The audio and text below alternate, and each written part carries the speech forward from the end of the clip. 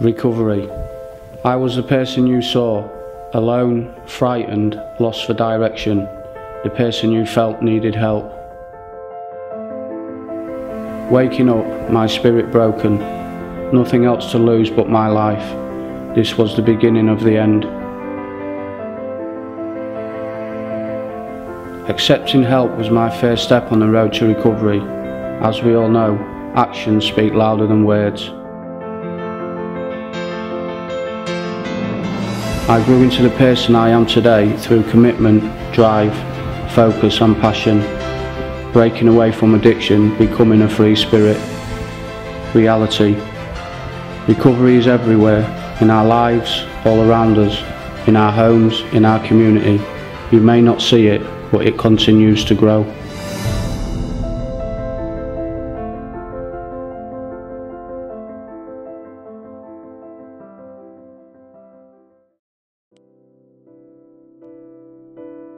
Hello, my name's David Lawson. I'm a brickworker, which stands for Building Recovery in the Community. I think on a wide scale view, people who's had addiction problems, need a voice, need to be understood, need to be heard, need to be shown love, compassion and understanding, and as they heal, the family and society and wider scale will begin to heal with them. I think the general feeling can be, well, if they just stop taking drugs, everything will be okay. And in my experience working with services and clients, there's a lot more to it than that. To work on family relationships, children, educational needs, the holistic view of recovery, which is incorporating everything.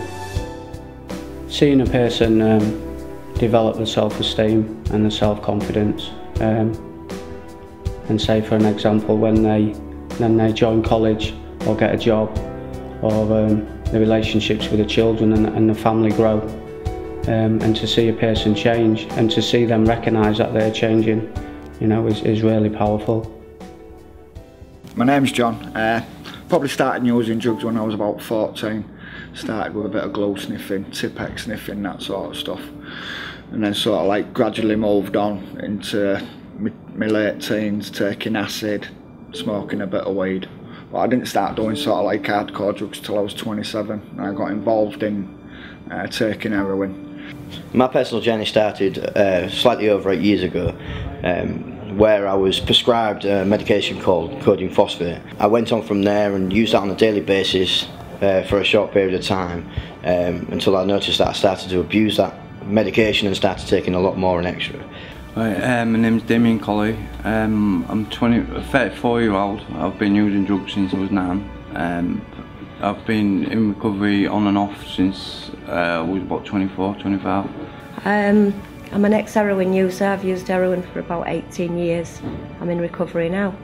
Still on a very low dosage of methadone, but hopefully I'll get off it soon. I believe that journey to recovery has given me that position to move me that confidence and forward, and give me that thinking that I'm able to move forward in my path of career on which I was entrenched before. My awareness has grown massively, I think, over the last 4 or 5 months.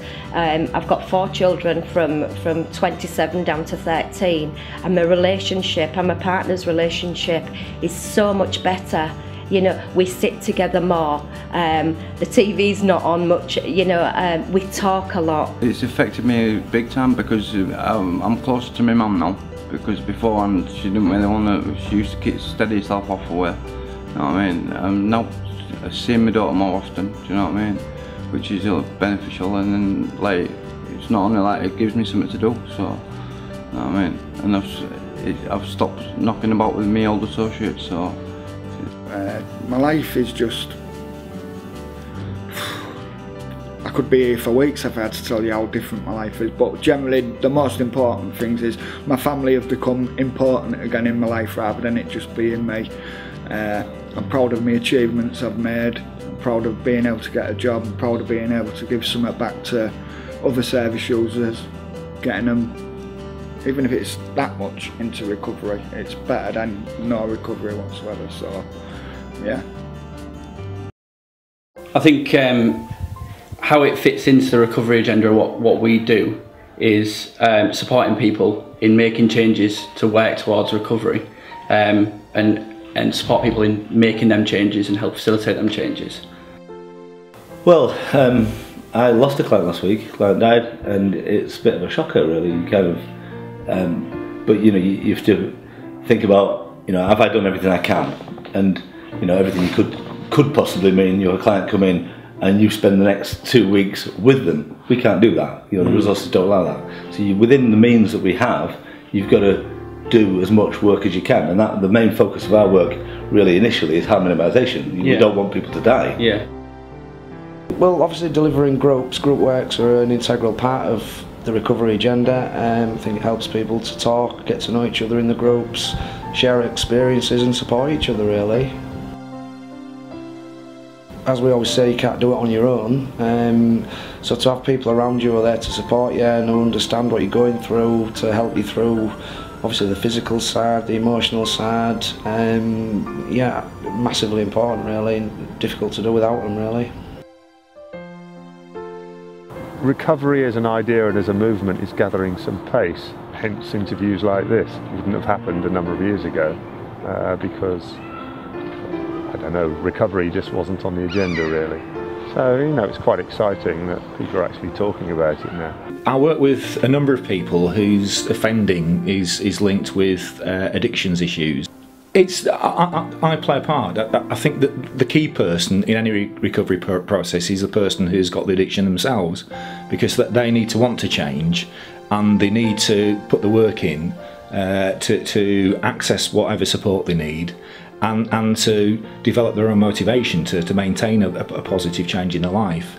So I'm fortunate in a way that I'm involved at a point where people may be thinking about some of the negative consequences of what they're doing and are looking to make change. So from my point of view, my role is facilitating movement so that people feel more confident and more able to begin or maintain the process of recovery. As a prison officer working within the team, we see that the recovery journey starts from the minute that the prisoners get to the prison. So as soon as they step off the bus, they're met by one of us. So the journey starts the minute they get there. In the past, it seems when it's got to the prison gates, it's actually stopped there, hasn't it? Yes. And then it restarts when they leave the prison, whereas now it's all part of that same journey. It's important to Humberside Police because Humberside Police, you know, we want to reduce crime. And if we can reduce crime, it benefits the individuals and their families. And if the police can help people get treatment and support and make sustainable long-term changes, it benefits everybody. I treat people with drug problems with specific medication to help them with those problems, and I work closely with the teams at Journey to Recovery. Well, with regards to recovery, I think that the really rewarding part of my job is to see the big changes that get made in people's lives. So to be able to make a difference and to make people better as a doctor, that's brilliant. Recovery is a pathway. It's a journey rather than a destination. So the people that I see are all working towards recovery, and what I'm doing is really supporting them and facilitating changing their lives around, really, getting them to feel that they can actually deal with things like sorting out accommodation, sorting out work, avoiding illicit drug use, and supporting them by prescribing for them in substitute therapy. What I do fits into the recovery agenda because we're focusing on recovery, so it's getting people into treatment, out of the benefit and the welfare reforms, back into employment, back into education. And to do that, there's a period where they have to go in, where they're seen as being in recovery. So that's where we come in, that's where we fit into the recovery agenda.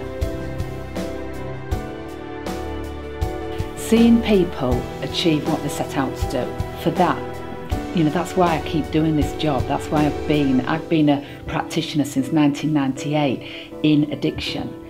And for me, the rewards are enormous when you see you're working with somebody, they're going through recovery and they're coming out and they're achieving their aspirations. And I've been reduced to tears in some reviews whereby I'm just overwhelmed by people's determination, and it makes me really humble when I see how far people have come in recovery.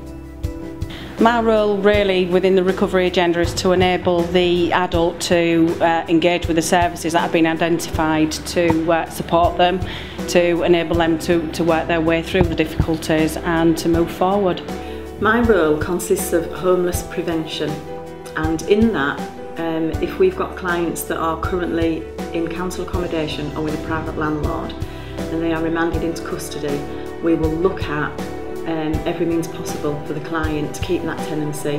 That is liaising with the social landlord, Hull City Council or any other workers that are involved in it. So where possible the client can be released back into the accommodation, thus preventing another homeless case.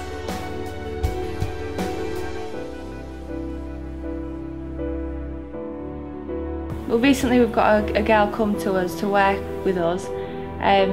She's been doing absolutely brilliant. She's just for her to get back into the community, into the working environment, and she's doing absolutely brilliantly as well. She's brilliant. The customers love her, the staff think she's brilliant, and she's just wonderful to have around as well. I think it's good for them to get into the working industry, for them to interact with other people and get back into the community and be treated normal. Yeah, I think it's great that employers give people the opportunity to come in and to work and to show that they can do it, which they can. We've all been in the same boat. We've all, you know, had a bit of a rough few years probably. So it's just nice for us all to get back into it and, you know, not have to hide who we are and what we've done. It's even just getting back, you know, even the voluntary. It's getting up in the morning and you know, getting yourself back into the swing of working rather than just lazing about all day. And you know, because if you get turned down that many times, you start losing your confidence, don't you? You think, well, there's no point in putting in for a job because I'm not going to get it anyway. You know, and it's just a bit of a vicious circle, isn't it? More times helped me because I honestly don't know if I would have been working now because of the way things are at the moment. And you know, I've got a family at home. I've got a paid job now, which is, and I enjoy coming to work. You know, it's everybody. I get on with everybody here, and you know, I'm doing what I know, plastering and whatever else. So it's really helped me, to be honest. HEART is the aftercare process for the treatment system within Hull. So we are hopefully the last service anybody will work with in the city. We provide the aftercare for somebody post-detox. So we're very much working with them to effect change in their life so they can actually bridge the gap back into a more regular way of living. I've got support from my dad and I've got a little girl who like obviously wants me to, I need to kick it for her anyway, you know what I mean, come clean, and I just need to basically be good. Because I had an heart operation in the couple of years back, because I got endocarditis. I was in a coma for a few months. And like, so now, obviously I need to keep clean for my own health and for my little girl's sake, really. I go to my dad, say, twice a week to do a bit of running or whatever. I do, well, whatever he gets me to do, really. Just gets me to do the garden and stuff. Or help him out and that, so yeah. Help my dad out and that. Then my mum, I've got my mum's support, well, all my family's support really. Just long as I keep good, they're happy with me. Without this service, I'm pretty sure that I wouldn't be here now. I'd be dead because my son had killed me because of the abuse I suffered from him. Oh, I'd have killed myself because of how down and how isolated I felt. And I felt exactly the same. You've got nobody to turn to, you're alone. And you just think to yourself, where do you go? You know, there's plenty of stuff out there for them, but where do we go? Obviously you've heard the carers speak and the impact it has on them, but I also think as part of the recovery, the families need to recover as well. I feel for them they have to rebuild relationships with the drug user but also with other family members. So I believe that it is important for them to have support through this period. Recovery to me doesn't just mean abstinence, it means positive change in people's lives, and that's for individuals and families and communities. I think for me, recovery is an investment that somebody undertakes in themselves. It's about accessing whatever support is available, making the changes that they need to make, and evaluating how they're doing along the way. To me, recovery is about supporting people achieve their full potential in society. The solution is about personal growth and dealing with issues in your life. Recovery to me is about somebody who isn't perfect. It's about them acknowledging that they need to make some changes, and it's about sustaining a level of change. Recovery to me means real life on its own terms, taking responsibility for real life on its own terms. Recovery means to me a change of my attitude, of other people's, and to begin a journey of belief and change, and to live life happily.